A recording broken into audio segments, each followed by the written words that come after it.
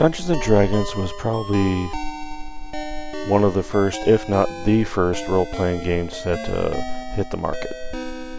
For those who don't know, Dungeons & Dragons is a game where you gather a bunch of your friends together.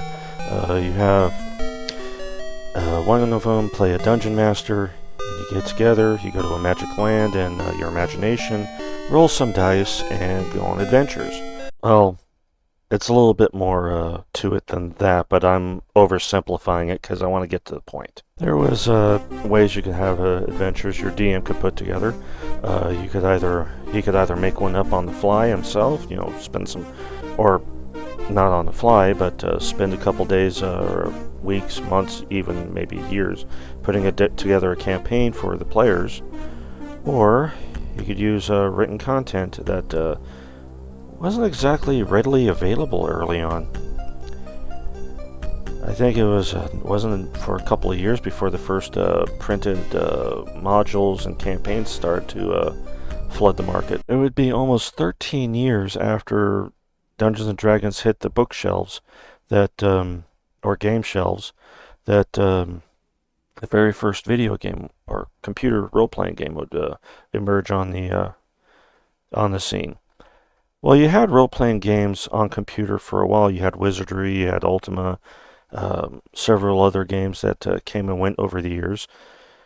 And you even had a D&D game, well, Advanced Dungeons & Dragons on ColecoVision. They had a couple of games, but they weren't really role-playing games. So when Pool of Radiance came out, that was your first real CRPG with the Dungeons & Dragons logo slapped on the box. Several computer gaming companies made bids for the rights to Advanced Dungeons & Dragons or Dungeons & Dragons, but it was Strategic Simulation Inc. or SSI that won out.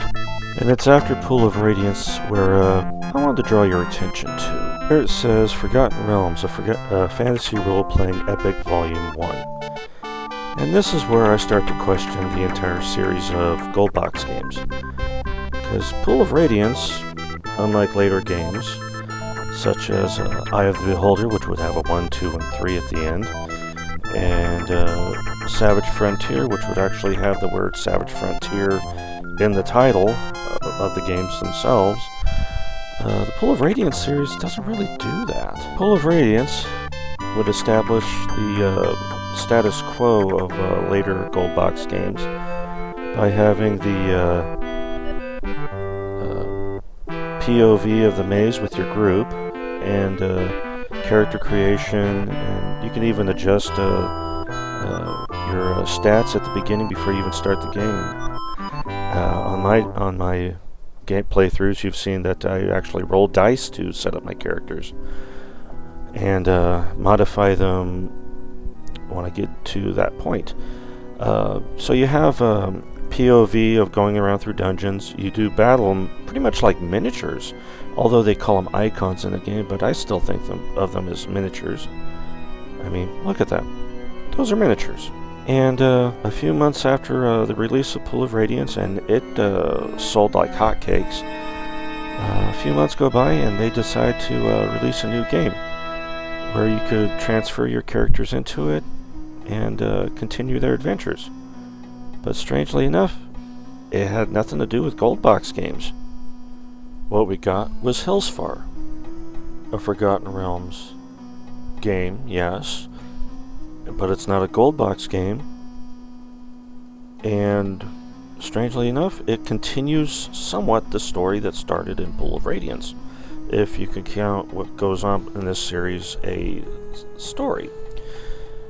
And it's a completely different ballpark. You see, what they did was they made this a game of mini games.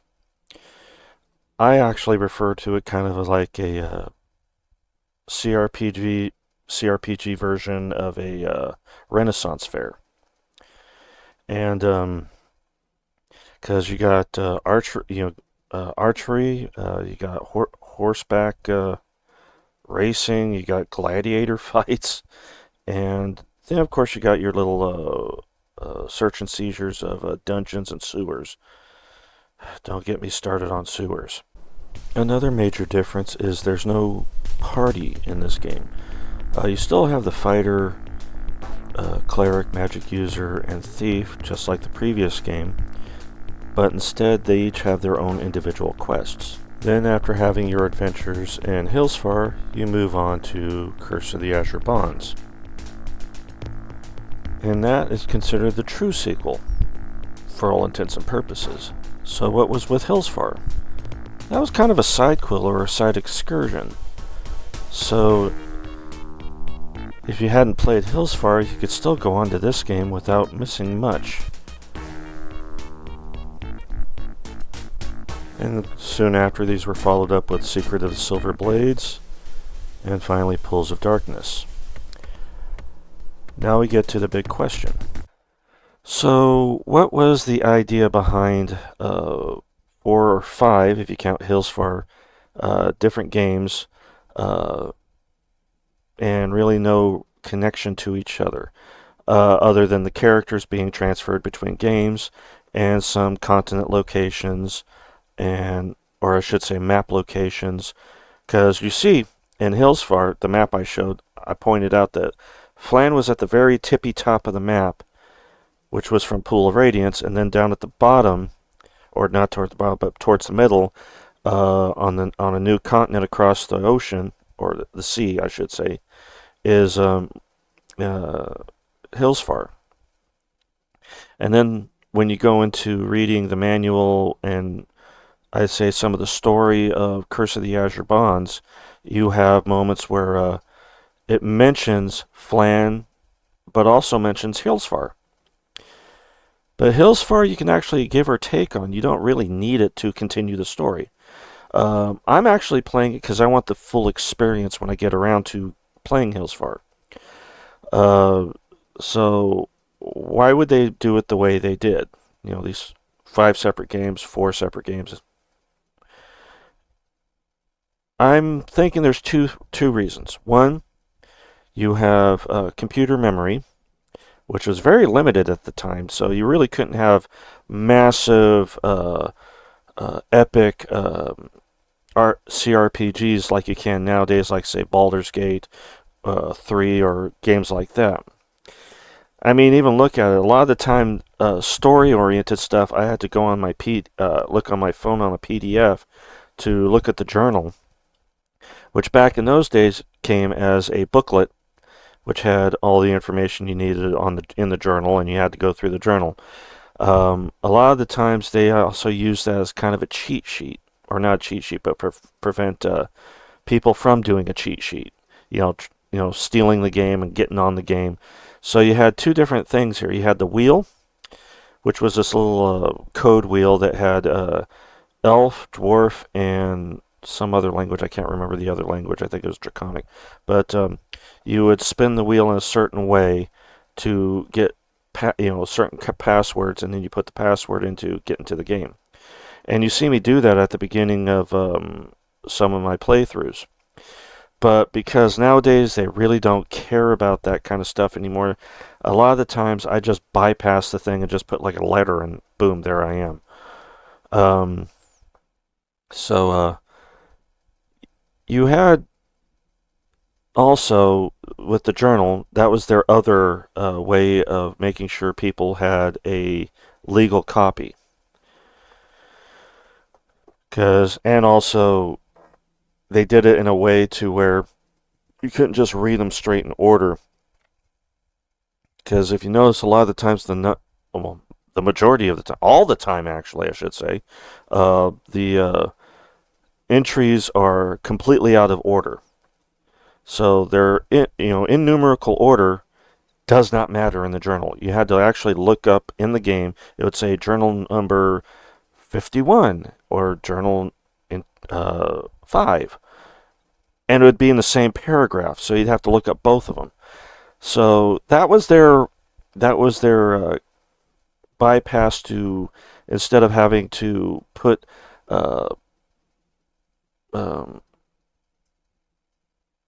all this information of story into the game itself, so you could have more gameplay. They put the story in these booklets. So I keep saying so. The other thing is, I think it goes along with how modules work. Um, a lot of the times with the modules, you would have one, two, three, four different modules connecting to each other, and it would tell a single story. Sometimes they didn't, but there was a lot of connections between the two, and a lot of times, if you had a series of modules, they would also connect to another series of modules, basically continuing your character's adventures, but a different story and a little bit tougher. And I think that is exactly what they were going with here. It's a little bit of both. You have your safety measures to make sure people aren't stealing your game, but you also have the modules. So I think it's a blend of the two that kind of makes the games the way they are. So that's my theory anyway, and I think it's a feasible theory. I mean, you got Pool of Radiance, you got Hillsfar, you got the Secret of, or Curse of the Azure Bonds, the Secret of the Silver Blades, and Pools of Darkness. And to my understanding, there's very little connecting between the stories other than your characters and the locations. But story-wise, they are very individual stories, but I think mainly Pool of Radiance and Pools of Darkness will probably have the most connections to each other. That's just my point of view on that one, because I haven't gotten through Pool of Radiance yet. But I have been reading what the stories are about without spoilers, and I've come to this realization that the stories really are just adventurers going from one place to another, having their adventures, moving on to another location, with very few connecting factors otherwise. There might be connecting NPCs, there might be connecting locations, and maybe a little bit of story, but other than that, I really don't think there is any other connections. Because if you look at the titles, they're very individual titles, unlike, say, Eye of the Beholder 1, 2, and 3. Or you have the Savage Frontier games, like I mentioned, but they have very grouped titles. The Pool of Radiance series does not, and it even has, for better or worse, a side game that attaches in the middle of that somewhere. Anyways, that's my theory on this whole thing. I'd like to hear what your theories are on this, if I'm completely wrong on this, or if I'm maybe onto something. Let me know in the comments below. This is Dave on CRPG Dungeons & Dragons Night. You guys take care, and I'll see you guys in the next video or stream, whichever comes first. Bye-bye!